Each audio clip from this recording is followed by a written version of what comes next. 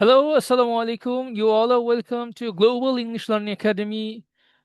আজকে আমরা affirmative two নেগেটিভের second part শুরু করব। স্টুডেন্টস, গত ক্লাসে আমরা পার্ট ওয়ানে আমরা রুল 3 পর্যন্ত কমপ্লিট করেছিলাম। আজকে রুল 4 থেকে শুরু করব। রুল 4-এ আমাদের প্রথম নিয়মটি হচ্ছে অ্যাজ সুন অ্যাজ এ নিয়ম। অ্যাজ সুন অ্যাজ এ নিয়মটি ব্যাখ্যা করার আগে একটু বলে দিই এটা ব্যবহারিক আমাদের প্রতিদিনের জীবনে এটা কি ব্যবহার আছে।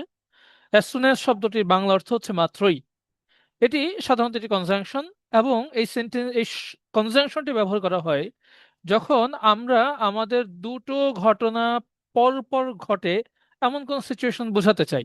ফর এক্সাম্পল, ধরেন আমরা অনেক সময় বলতে পারি যে তোমাকে দেখা মাত্র সে চলে গেল, তাহলে তোমাকেও দেখলো সে চলেও গেল। দুটো ঘটনা ঠিক একটির পর আরেকটি ঘটলো। এরকম যখন দেখবো যে একটি ঘটনার পর আরেকটি ঘটনা ঘটছে, তখন আমরা সেখানে অ্যাজ সুন অ্যাজ ব্যবহার করি অ্যাফার্মেটিভ সেন্টেন্স বলার সময়। আবার একই কথা আমি একটু ঘুরিয়েও বলতে পারি নেগেটিভলি, যে তোমাকে দেখতে না দেখতেই সে চলে গেল। এ কথাটিও ঠিক। সো যখন বলবো তোমাকে দেখা মাত্র সে চলে গেল, তখন আমরা ব্যবহার করি অ্যাজ সুন অ্যাজ। আর যখন বলছি তোমাকে দেখতে না দেখতেই সে চলে গেল, তখন আমরা ব্যবহার করছি নো সুনার হ্যাড। সো দেখো, অ্যাজ সুন অ্যাজ যখন কোনো বাক্যে দেয়া থাকবে, তখন সাধারণত তার পরের সেন্টেন্স গুলো সাধারণত আমাদের পরীক্ষা যেভাবে আসে বা আমরা যেভাবে ব্যবহার করি বেশিরভাগ ক্ষেত্রেই আমরা এটাকে পাস্ট ইনডিফিনিট ফর্মে ব্যবহার করি। তো এটাকে যখন নেগেটিভ করব, তখন অ্যাজ সুন অ্যাজ এর পরিবর্তে আমরা লিখবো নো সুনার হ্যাড। কে লিখবো? নো সুনার হ্যাড লিখবো। এবং এর পরবর্তী যে ভার্ব থাকবে, যে ভার্ব পাস্ট ফর্মে ছিল বা যে ফর্মে ছিল, হ্যাড এর পরে ভার্ব অবশ্যই ভি3 ফর্মে চলে যায়। মনে রাখবো, নো সুনার হ্যাড থাকলে পরবর্তী প্রথম অংশের ভার্ব হবে ভি3 এবং তার পরের অংশ যেমন ছিল তেমন থাকবে, তবে সেন্টেন্সে কনজাংশন হিসেবে আমরা ব্যবহার করব এখানে দেন।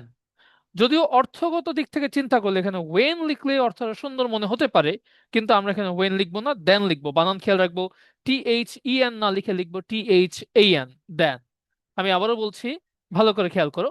অ্যাজ সুন অ্যাজ থাকলে এবং সেই সেন্টেন্সটিকে নেগেটিভ করতে বললে আমরা অ্যাজ সুন অ্যাজ এর পরে লিখবো no sooner had.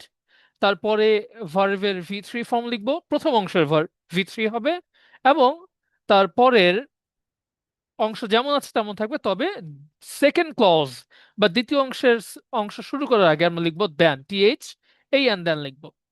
For example, উদাহরণ দেখি। As soon as Rushmia saw a ghost, she screamed. খেয়াল করে দেখো, রুশমিয়া একটা ভূত দেখলো, আবার সে চিৎকার করলো। তবে ভূত দেখা মাত্রই সে চিৎকার করে উঠলো। তাহলে আমরা খেয়াল করছি, আমরা মনে রাখবো অ্যাজ সুন অ্যাজ থাকলে কি লিখতে হবে? নো সুনার হ্যাড লিখতে হবে। তাহলে কি লিখবো? নো সুনার হ্যাড রুশমিয়া, যা ছিল তাই। ভার্বটা ছিল স, পাস্ট ফর্মে ছিল। আমরা যেহেতু বলেছি এর পরে ভার্বটা ভি3 হবে, তাহলে আমরা লিখবো সিন। পরের ভার্বটা কি লিখলাম? সিন লিখলাম।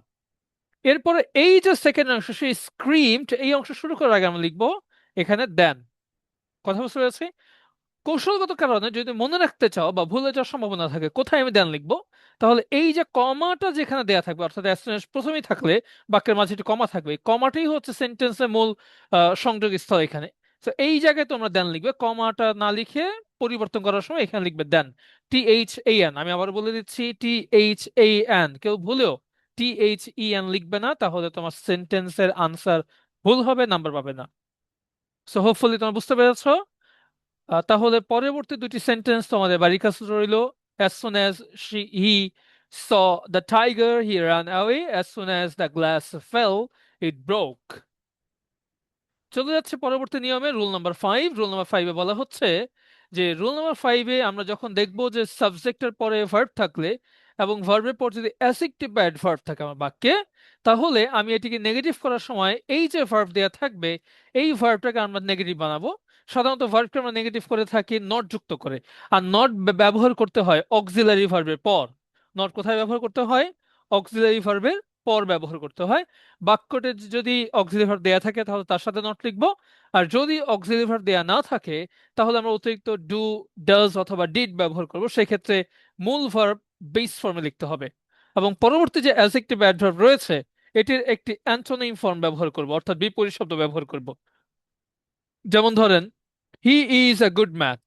সো এখানে আমরা ইজ পাচ্ছি অক্সিলারি ভার্ব থেকে, তাহলে লিখবো হি ইজ নট। যেহেতু উপরে নট নেই, আমরা এখানে নট বা লিখে তারপর সেন্টেন্সটি নেগেটিভ করব, কিন্তু করার সময় এখানে লিখবো he is not a bad man. এই গুড এর অ্যান্টোনিম হচ্ছে bad.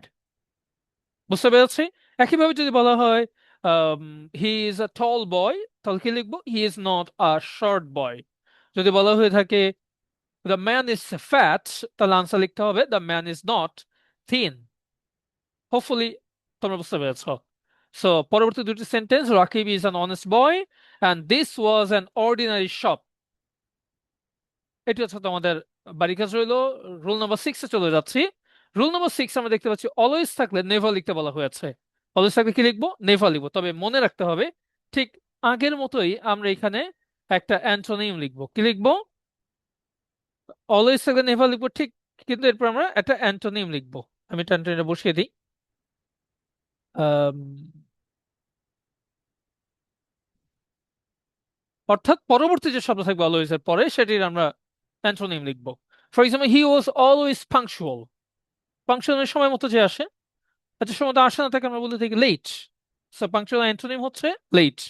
So he was always punctual, এখানে অলওয়েজ এর জায়গায় লিখেছে নেভার, আর পাংচুয়াল এর জায়গায় লিখেছে লেট। তাহলে কি লিখবো? He was always punctual, he was never late. যদি বলে থাকে হি ওয়াজ অলওয়েজ